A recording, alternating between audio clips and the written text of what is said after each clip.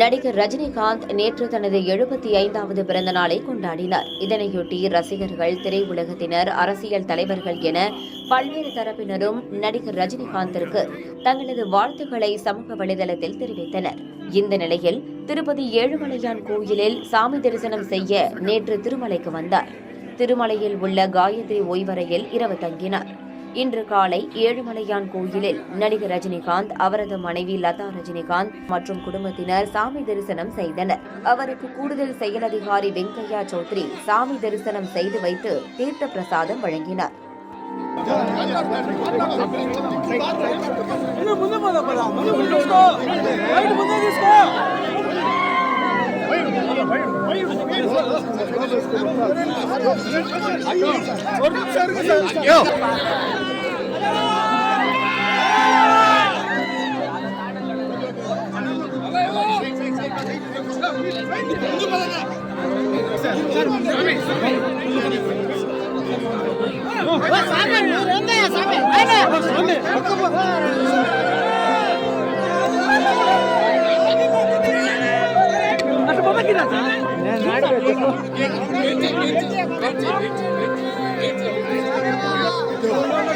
నిజంగానే ఛాన్స్ బాగుంటుంది మొత్తం మీద ఫ్యూచర్ లో